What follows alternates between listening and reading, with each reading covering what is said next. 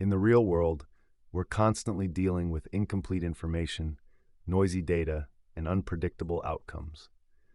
Machine learning systems need to navigate this uncertainty just like we do, and probability theory gives us the mathematical framework to do exactly that. Before we dive into the mathematics, let's understand that not all uncertainty is created equal. On the left, we have epistemic uncertainty. This is uncertainty that comes from our limited knowledge about the world. The beautiful thing about epistemic uncertainty is that it's reducible.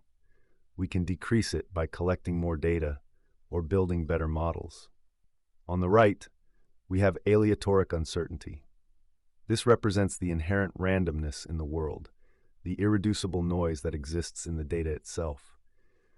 No matter how much data we collect or how sophisticated our models become, this uncertainty will always be there. Let me show you what this looks like in practice. Here we can see epistemic uncertainty in action. When we start with just 10 data points, our uncertainty about the true parameter value is quite wide, represented by this broad blue curve. But watch what happens as we collect more data. With 100 data points, our uncertainty narrows significantly, and with 1,000 data points, we're quite confident about where the true parameter lies. This is epistemic uncertainty being reduced through more data. Now let's add aleatoric uncertainty. This green curve represents measurement noise, the inherent variability in our observations. Notice that no matter how much data we collect, this uncertainty remains constant. It's an irreducible part of the system we're studying. Now that we understand uncertainty, let's talk about how we interpret probability itself. There are two major philosophical schools of thought, and they lead to very different approaches in machine learning. The frequentist view says that probability represents the long-run frequency of events. If I flip a coin 1,000,000 times and get heads 500,000 times, then the probability of heads is 0.5. In this view, parameters are fixed constants that we're trying to estimate, and the data is what's random. This leads to an objective interpretation. The probability exists out there in the world, independent of our beliefs or knowledge. The Bayesian view, on the other hand, treats probability as a degree of belief. It's a measure of how confident we are about something given our current knowledge. In this framework, parameters are treated as random variables with their own probability distributions, while the data we observe is fixed. This leads to a more subjective interpretation. Probabilities can change as we learn new information and update our beliefs. Both approaches are valuable and lead to different but complementary machine learning techniques. Regardless of which philosophical view you prefer, all of probability theory rests on two fundamental rules. These are the building blocks that everything else is constructed from. The first is the sum rule, also known as marginalization. This tells us how to find the probability of x by summing over all possible values of y. It's how we marginalize out variables we're not interested in. The second is the product rule, also called the chain rule. This shows us how to break down joint probabilities into conditional probabilities. It tells us that the probability of both x and y occurring equals the probability of y given x times the probability of x. These two simple rules might seem basic, but they combine to give us one of the most powerful tools in all of statistics and machine learning. Here it is, the crown jewel of probability theory. This elegant equation is derived directly from our two fundamental rules, but its implications are profound. Let me break down each component. P of y given x is the posterior. This is what we want to know. It's our updated belief about y after observing x. P of x given y is the likelihood. This tells us how likely our evidence x is, given different values of y. P of y is the prior. This represents what we believed about y before seeing any evidence. P of x is the evidence. This is a normalizing constant that ensures our probabilities sum to 1. Bayes' theorem gives us a principled way to update our beliefs when we encounter new evidence. It's the mathematical foundation for learning from data. Let me show you how powerful this is with a practical example. Imagine you're looking out your window and you see someone walking by with an umbrella. What's the probability that it's raining? This might seem like a simple question, but let's think about it systematically using Bayes' theorem. Let's say we know P of umbrella given rain is 0.9. People usually carry umbrellas when it's raining. P of rain is 0.2. It rains about 20% of the time in your city. P of umbrella given no rain is 0.1. Sometimes people carry umbrellas even when it's not raining. Now we can calculate the probability using Bayes' theorem and see that there's about a 69% chance it's raining when you see someone with an umbrella. Notice how we started with a 20% base rate of rain and updated it to 69% based on our evidence. Now let's talk about the different types of random variables we encounter in machine learning. On the left, we have discrete random variables. These can only take on specific, countable values. Think of rolling a die. You can get 1, 2, 3, 4, 5, or 6, but nothing in between. For discrete variables, we have two key properties. Each probability must be non-negative. All probabilities must sum to 1. On the right, we have continuous random variables. These can take on any value within a range. Think of measuring someone's height or the temperature outside. For continuous variables, we work with probability density functions.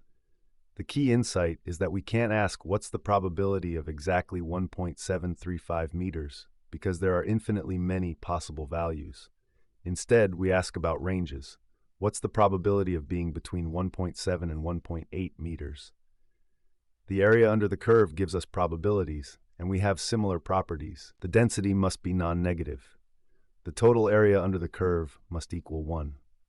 One of the most important concepts when working with random variables is the expectation, which is essentially the average value we'd expect to see. Notice something interesting. The expected value is 3.5, but you can never actually roll a 3.5. The expectation represents the balance point of the distribution. This concept is crucial in machine learning because we often want to minimize expected loss or maximize expected reward. Now let's talk about the most important probability distribution in all of statistics and machine learning, the Gaussian or normal distribution. Why is the Gaussian so special? The central limit theorem states that the sum of many independent random variables tends toward a Gaussian distribution, regardless of the original distributions. Among all distributions with a fixed mean and variance, the Gaussian has the highest entropy. We can do calculus with Gaussian distributions easily. And it appears everywhere in nature, from measurement errors to human heights to stock price changes. The mathematical form might look intimidating, but it's actually quite elegant.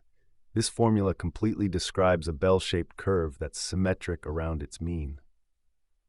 The Gaussian distribution is controlled by just two parameters, and understanding them is crucial. The parameter mu controls where the distribution is centered. Watch what happens as we change it. The mean simply shifts the entire distribution left or right without changing its shape. The parameter sigma controls the spread or width of the distribution. Smaller c means the distribution is more concentrated around the mean. Larger c means it's more spread out. About 68% of the data falls within one standard deviation of the mean, and 95% falls within two standard deviations. Let's shift gears and talk about entropy, a concept from information theory that measures uncertainty or surprise. Entropy measures the average amount of information we gain when we observe an outcome. The more uncertain we are about what will happen, the higher the entropy. Let's see how this works with coin flips. When the coin is fair, that is when p is 0.5, we're maximally uncertain about the outcome, so entropy is at its highest value of 1 bit. When the coin is biased toward heads or tails, that is when p near 0 or 1, we're more certain about the outcome, so entropy is lower. This concept is fundamental in machine learning. We often want to minimize entropy and increase certainty in our predictions, or maximize entropy in our models to avoid overfitting. Let me show you why understanding base rates and Bayes' theorem is crucial in real-world applications. Here's a scenario that trips up even medical professionals. A rare disease affects only 1% of the population. We have a test that's 99% accurate, both for detecting the disease and for ruling it out. You take the test, and it comes back positive.